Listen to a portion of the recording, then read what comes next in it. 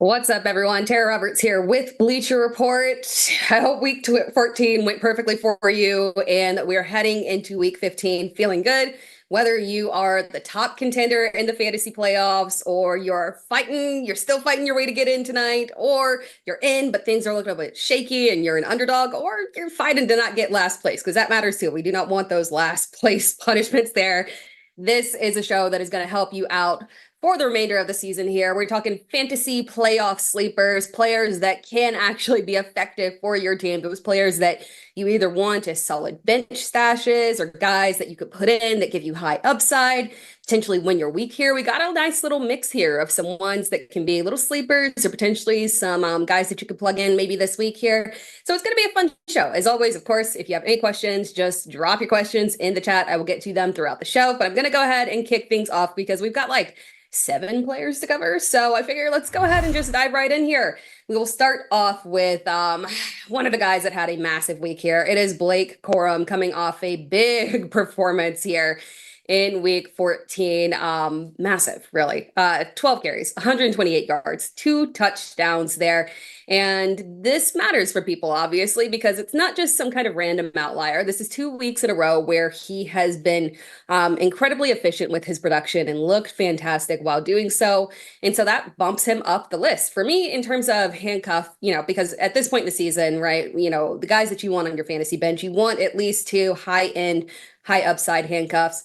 Those are guys like your Tyler Algiers, your Brian Robinsons, your Blake Corums, right? Your Kenneth Gainwells and whatnot. And Blake Corum was up there in my top 3, but perhaps he has pushed himself from the top 3 all the way up to the top of the list with this one, because now he's offering a little bit of standalone value here. But we do need to contextualize the standalone value here and not overreact, because I know sometimes, especially when it comes to Kyren Williams, because I love Kyren Williams and I've had to defend him a couple of times there. A lot of times people like to view Kyren Williams because he was, a later round pick, right? And Blake Corum was an earlier round pick, and everyone thought that, Blake Corum is coming for his job, going to steal it and whatnot. So a lot of times people kind of occasionally overreact and are thinking, okay, this is it. This is the big takeover here, despite the fact that Kyren Williams did get paid, right? But when we're looking at this, it's not that Blake Corum is taking over the backfield. He is seeing essentially the same amount of carries that he has seen for the past 2 months, right? He's gotten double-digit carries multiple times. He's typically had between 7 and 12 carries over the past few months, since about week 7 was the time where he really started to pick up his irregular presence, playing off of Kyren Williams here. The difference in terms of his production is that he has, over the past couple of weeks, become far more effective with the production. So Kyren is still seeing his typical carries, which for the most part this season, aside from a very hot early start where he was seeing 20 plus, they brought him down to a reasonable level and put him kind of in that 12 to 14 carries range. And that's pretty much stuck for the past several months for him. So it's not a committee. They're both seeing good work here. Kyren's still getting his, but Blake Corum is taking the carries that he has and being incredibly effective, incredibly efficient, yards per carry through the roof, and he is capitalizing on touchdowns here. We do need to note that these have been, they've been good matchups, right? They've been a couple of good matchups that he's been going off here. So it's not surprising, right, that the secondary back would go off here. But at the very least, we're talking about a team that is clearly playoff bound. They definitely do not want to overload and overwork Kyren, because this is a Super Bowl run for them. So those 12 to 14 carries is probably where they're going to keep Kyren. And we're probably going to consistently see Blake Corum in that 7 to 12 range. It's just a matter of him being effective. The next couple of matchups, they obviously are a little bit more difficult here in terms of not being as friendly for the run, but the Rams are an excellent team. Their run blocking is good. We cannot ignore this production. This is a guy that is a truly high-end handcuff that you absolutely want to roster here and can be a massive sleeper for you in the fantasy playoffs, especially because if anything were to happen to Kyren Williams, he were to go down with an injury, Blake Corum would literally shoot up to a weekly top 10 option. Easy. maybe even a little bit higher, maybe top five there. That's crazy, I know, right? But that's the amount of volume and touchdown opportunities that he would have, the ones that Devontae Adams is not stealing. Moving on there for our next one here. This next one here is a potential quarterback streamer. We're going to have to play it by ear here, but we are getting very, very thin at quarterback. We have poor Daniel Jones go down with the Achilles injury. Tyrod Taylor injured yet again. Jaden Daniels injured. They say it was precaution, but we'll have to play this one by ear. So that puts Marcus Mariota in a prime position to become one of the top streaming options here. The prime position is really driven by the fact that one, obviously we know that Marcus Mariota is a very stable veteran quarterback. He's got excellent rushing upside. He's got your opinion on the weapons or not, he does have good, solid weapons in Terry McLaurin and Deebo Samuel, lost Zach Ertz. Ugh, painful. But at the end of the day, it's the matchup here, right? The matchup that they have this week against the New York Giants. They are such a friendly team across the board that everyone can thrive in this matchup. And Marcus Mariota would absolutely be able to pick them apart. For our purposes here, we don't know who is going to be the starter. I kind of have a feeling, and I probably should have double checked my notifications like 10 minutes before just to make sure that nothing came through here. But the commander said, hey, this was more precaution. He could have gone back in. But we're talking about aggravating a pretty significant injury there. He's dealt with injuries all throughout the course of the season. He is on a team that is not competitive. This is their franchise quarterback of the future. It's a lost season. Logic would say that they do need to exercise a little bit of caution and sit him here. That would be the logical thing here. So logically, if that happens, Marcus Mariota turns to a premium streaming option this past week, when he came in off the cuff, subbing in for Jaden Daniels after the injury. It was not pretty. Just ignore that. Pretend that didn't happen. Look at what he produced the week before, the high upside, the ability to get you an easy top 10 performance there because of his rushing upside and the good weapons here. So again, play this one by ear, because if the Commanders do the right thing and exercise caution and not continue to throw him out there with an injury that he has aggravated that is really significant and pretty critical to him, he kind of does need an arm there. So if they do the right thing, sit him rest of the season, this could be a significant add for you, especially if you had been relying on streaming options and we're getting thinner because of all the injuries here. We also don't know how Justin Herbert is going to do in this game with his injury as well. So there's just a lot of variables going on here, unfortunately, a lot of quarterbacks that we've lost. And if you're looking for stability, this is one that could offer you stability rest of season. So keep your eye on it. Hopefully we get a little bit of news here before waivers run tomorrow night. If not, just go ahead and maybe make that safety claim there if you are streaming there because you don't have a solid option and your options have been letting you down. Jumping to the chat here real quick. From PurePoint, good question, timely here on our first player that we talked about. Will Corum and Williams be both productive? So I think the possibility exists. The only issue that we have again here is the fact that these have been two good matchups. Carolina, Arizona, excellent matchups against the run. Unfortunately, the next two matchups, Detroit and Seattle, not so good. So productive is the key word here. Yeah, I think they can. The upside, I don't think it's going to be as high as we've had. So a 26 fantasy point game, not super realistic against Detroit, right? But we can still get goal line opportunities. This is overall an excellent offense. They're not going to fold by any means. So goal line opportunities are going to continue to be there. Low end flex option for Blake Corum, but really because of what he's seen here, he is a priority for us to stash here to keep on your bench in case they have any kind of issues with Kyren Williams. And then also, again, as they continue to push forward, again, there's the possibility of them limiting Kyren Williams just a little bit to keep him fresh for the playoffs there. Just a possibility. Moving on to our next player here. Our next player is Luther Burden. This is a fun one here, Luther Burden. And I'm gonna have to talk you guys through it because I know you're going to instinctually say no Luther Burden on this one. And there are a lot of downsides here to this potentially, but very rarely do we get a wide receiver at this point of the season who can legitimately step in and be the first look in the offense this late for a playoff competitive team here. So we're talking about Luther Burden. Obviously, the production this week was not fantastic in terms of massive upside, but it was very solid there. Four receptions, six targets, 67 yards. Was the leading receiver there between him and DJ Moore. DJ Moore did not have a fantastic day. He showed you those highs and lows that he typically has. Very boom bust player that he has become now. Well, this was the bust week for him, unfortunately, and Luther Burden was the one that offered a little bit more stability here. But it was a difficult matchup, so that is very understandable. It's not as if wide receivers in general are just lighting it up against the Packers here. But the real key here for us, and why we do want to go ahead and grab Luther Burden, despite the fact that the rest of season schedule is not fantastic, when you're doing like an apples to apples comparison of maybe another wide receiver, maybe the third look in his offense, fantastic schedule, right? Like maybe you were to say, let's say it was Xavier Legette, right? And say, okay, well, we feel good about his rest of season schedule. He is the second, third-ish look in that offense. Yeah, it can be inconsistent, but it's a good schedule. Or do you bump him up and say, okay, well, maybe I go past him and I go to a Luther Burden, far better offense. Got a wide receiver one in Rome Odunze that is dealing with a stress fracture in his foot, is week to week. Does not sound like we will see him anytime soon, unfortunately. And this electric rookie who has been reliable thus far in the season, now he is getting the opportunity in terms of increased snaps and increased targets, and he's doing well with it. It's just a matter of can he get those boom games. And our only thing in terms of why he is not the number one must add, dump all your fab, this is it right here, waiver wire ad of the week. The only thing with him is that obviously, the rest of season schedule is not super pretty for Chicago. We've got a very good idea of what that's going to look like. So next week this week they face Cleveland. Now, the good thing here about this Cleveland matchup is that it's difficult, but obviously it's not that difficult, right? We did see Cam Ward have a fairly decent game against them.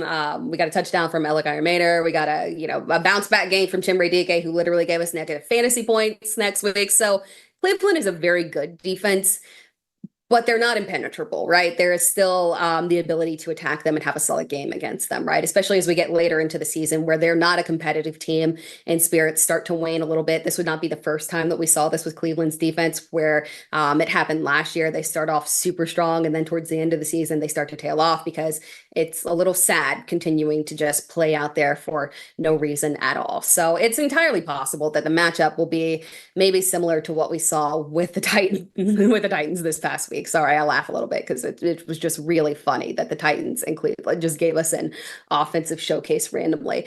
That was super fun with our little rookie quarterbacks there. But looking at the rookie wide receiver in Luther Burden, after that, after the Cleveland matchup, they go back and have another matchup against Green Bay. So we would expect, maybe there's some improvement in terms of him on a week-to-week basis here, but probably another 12 to 14-ish fantasy points, which is fine. Low-end flex option for you as well. Nice little sleeper option there.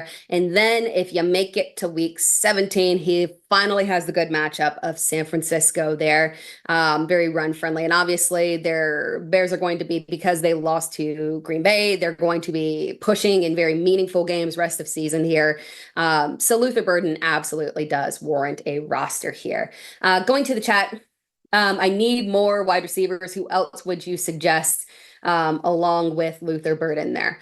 So there's a couple of routes that you could go here because and I have one that I will save. My last one that I'm going to talk about, our number 7 player, I'll save that one for you. That's a wide receiver who potentially could help you out this week. But there's some other routes that you could go as well, looking at wide receivers.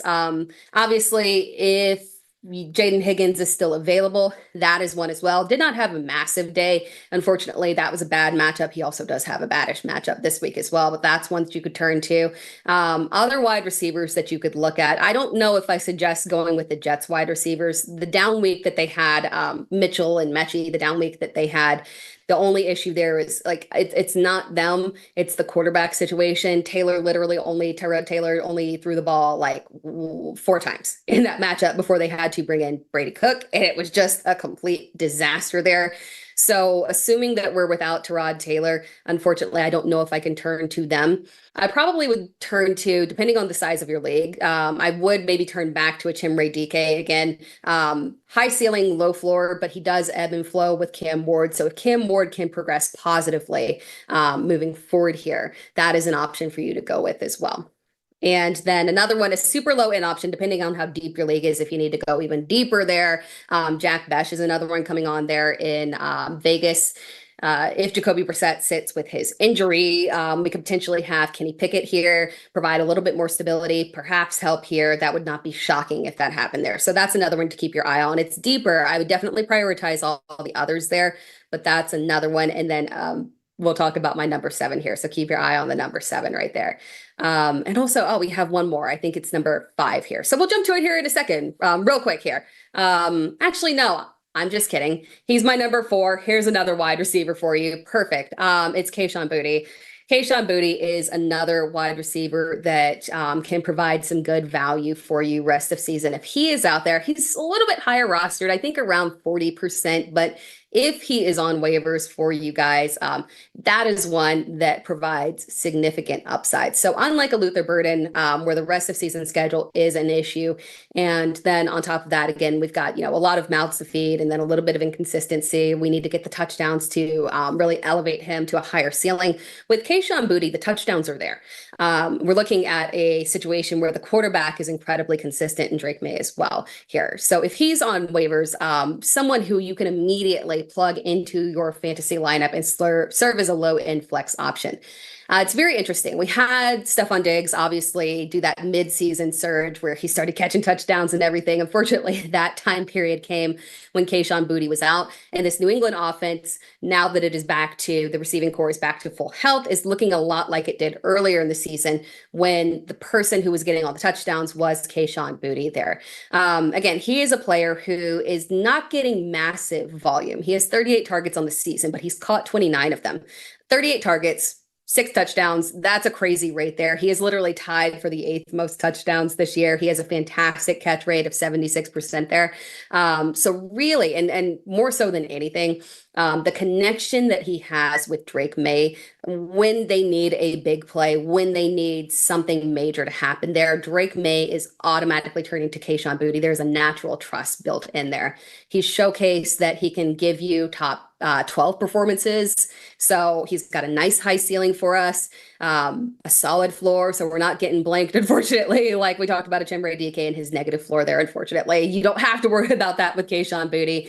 And then when we look at the playoff schedule is, it's okay. It's not super friendly. It's not the best in the world, but it's not the worst in the world either.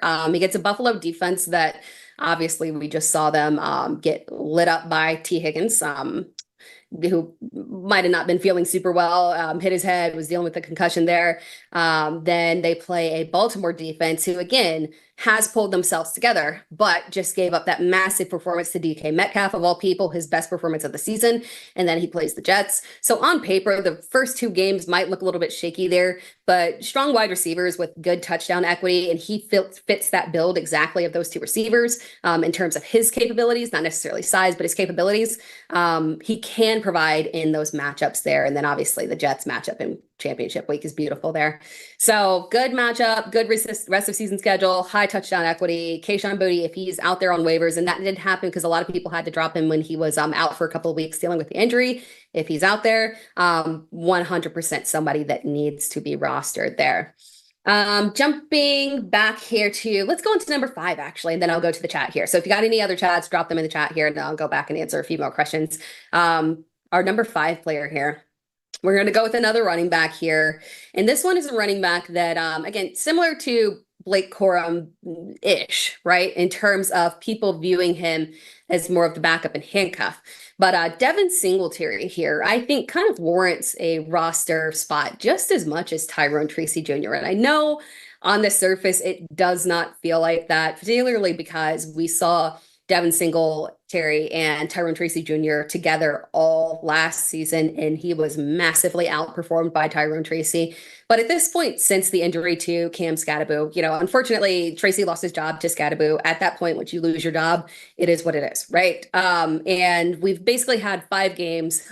We've had exactly 5 games since the injury to Cam Skattebo.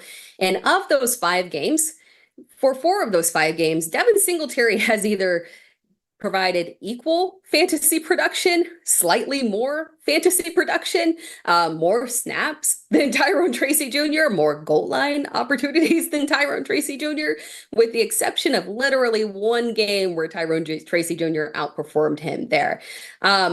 Yeah, I think Devin Singletary, no knock to Tyrone Tracy, but Devin Singletary is kind of being underrated. This is a committee. Maybe people don't want it to be a committee, but it is a committee. They're being utilized at the same rate there. And Singletary is the one that gets the look at the goal lines there. So he warrants a roster spot just as much as everybody else there. And again, when we're looking at him in comparison to Tyrone Tracy Jr., at the end of the day, the comparison honestly might not matter. And again, I am saying that is more of a very even split with the edge of goal line opportunities going to Singletary here. But really the kicker in terms of why, if you are looking for a starting running back and you're saying, like a lot of people like Chris Rodriguez, and no negative or anything. We've talked about Chris Rodriguez multiple times on this show. But the thing about Chris Rodriguez, right, is that we know at this point, yes, he's in a committee too. That committee is not going to change. Ja'Cory Krosky-Merritt could go down. It's still a committee with him and Jeremy McNichols.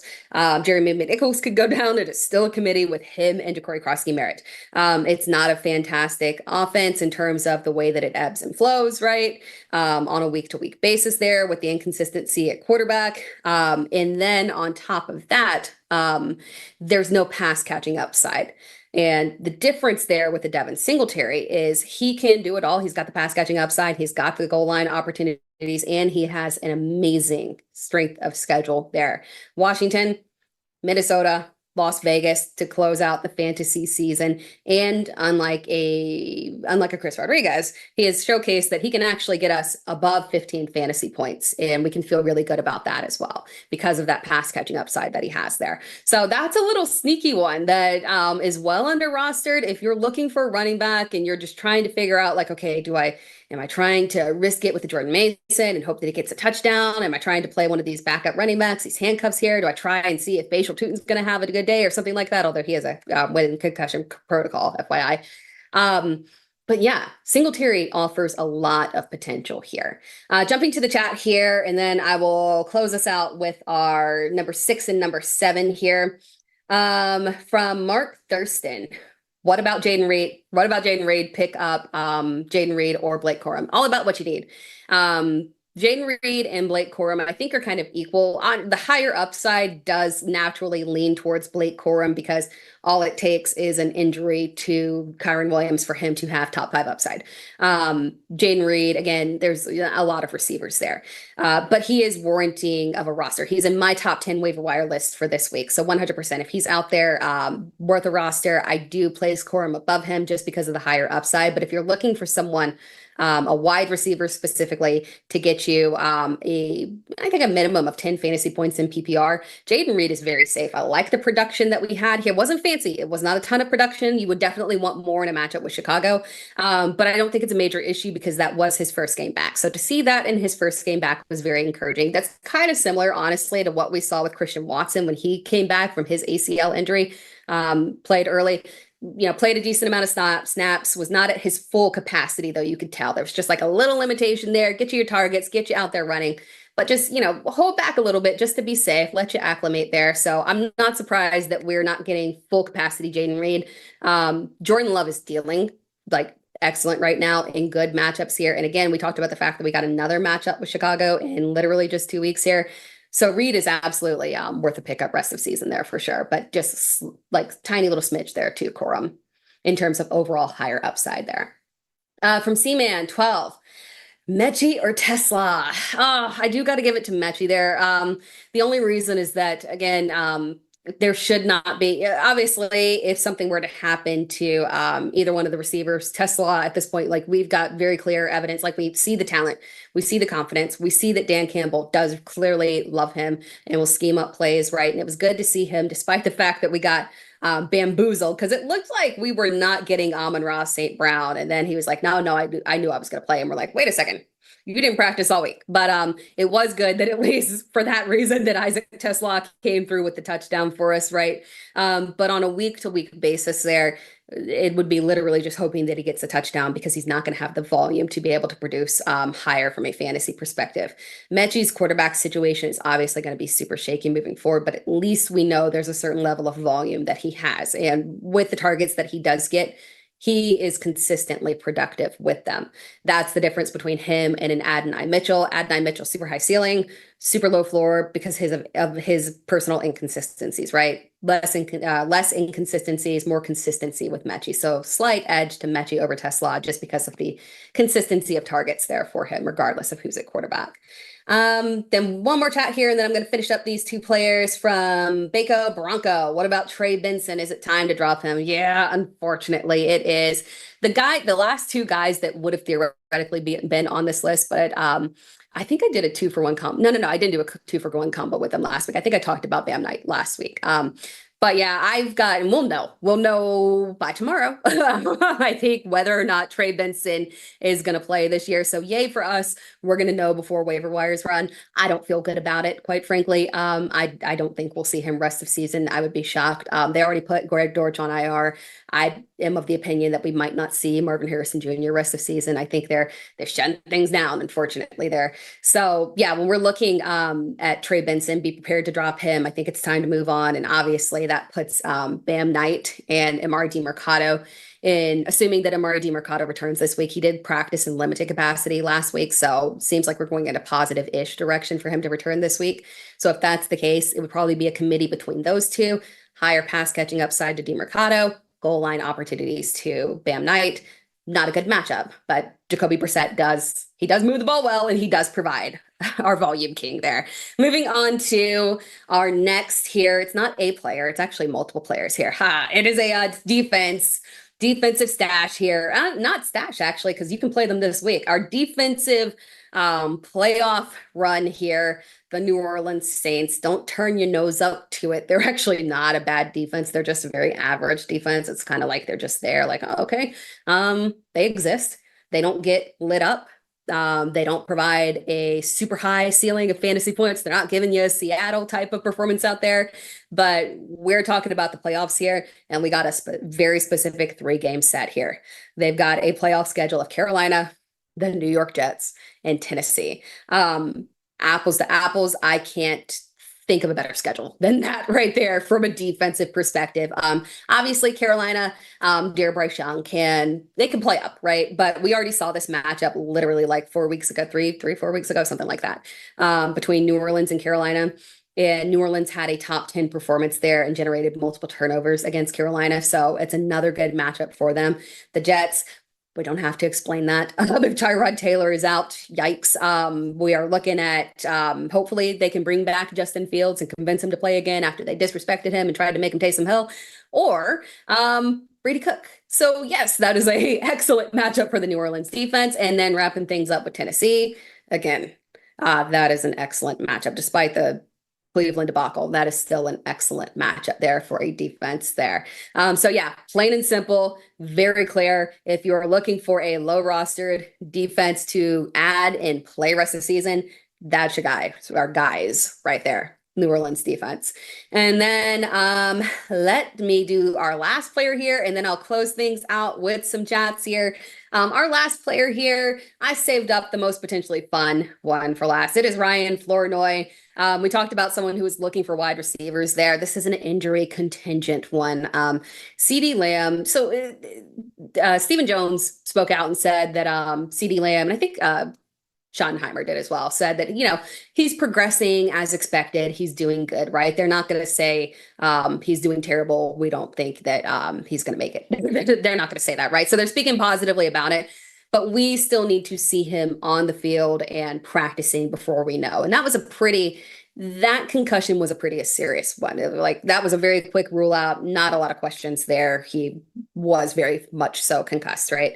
So they did have the Thursday night game, so they've got extra days. So it is realistic that he returns. But if he does not, Ryan Flournoy would be literally the perfect sub-in flex this week for a high upside play. When we're talking about Ryan Flournoy, we don't need to just we need to see CeeDee Lamb out, but we also need to see it be a difficult matchup specifically for George Pickens. That is the little sweet spot combination for us to get these Ryan Flournoy boom games where he looks like literally like he's out there like prime Jerry Rice, right? Where apparently he could get nine receptions, 13 targets, 150 yards at a touchdown. He looked incredible. And if we have CeeDee Lamb out in this matchup in particular, Minnesota's defense, they're very skilled at shutting down the wide receiver one. We saw them clamp down on Terry McLaurin last week. We saw them, and more so, if you have your opinions on Terry McLaurin, they shut down Jackson Smith and Jigba in the prior week there. So they are more than capable of shutting down elite talent.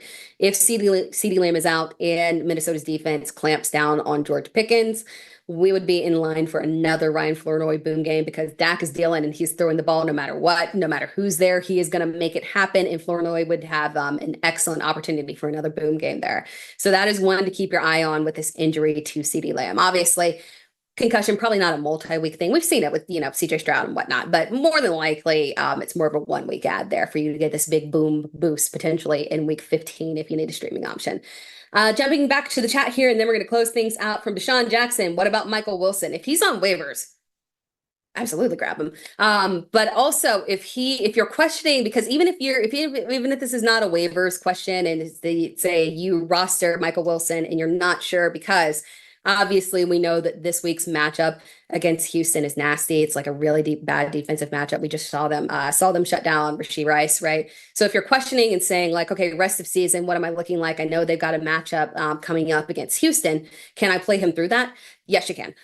Jacoby Brissett has been lighting it up no matter what the defense, good defense, bad defense, whatever. We saw him against the LA Rams have a strong day. So at the end of the day, there's going to be volume. They're going to be playing from behind. Michael Wilson is going to get targets. There's not a scenario, even in a really tough defensive matchup, where I'm not going to play him there. From the man for life, lost Daniel Jones, who was the best waiver wire quarterback to grab off for the playoffs there. Again, in theory, logic would say Jaden Daniels is shut down. In that instance, it would in fact be Marcus Mariota. But if he is not, or if it's just for this week, we do have some other options at quarterback that you can turn to.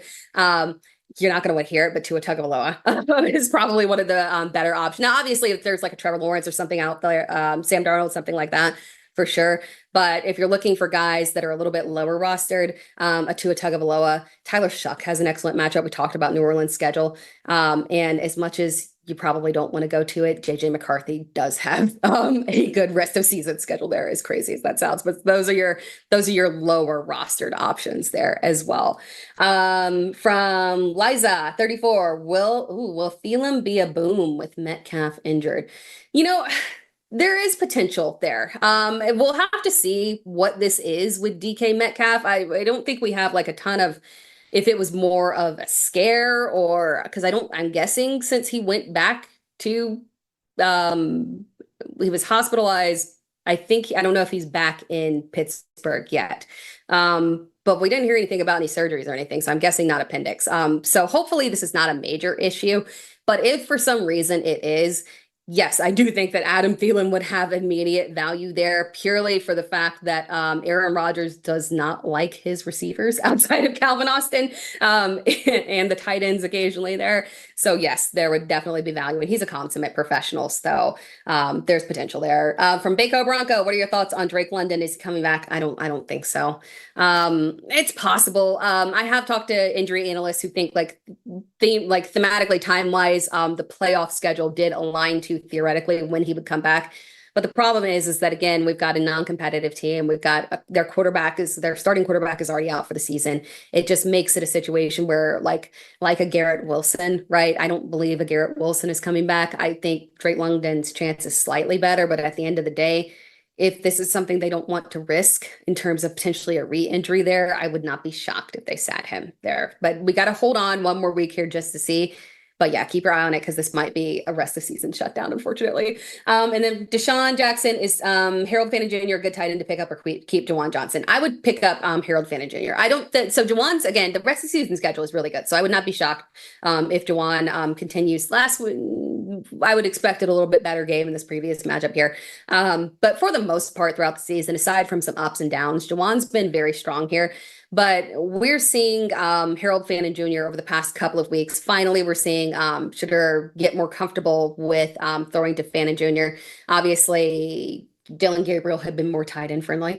So finally, some of those targets are shifting around more evenly. Sugar have been targeting the wide receivers a little bit more there, or been a little bit more limited in volume. But we saw that volume uptick. Everybody thrived. Everybody ate, even Jerry Jeudy.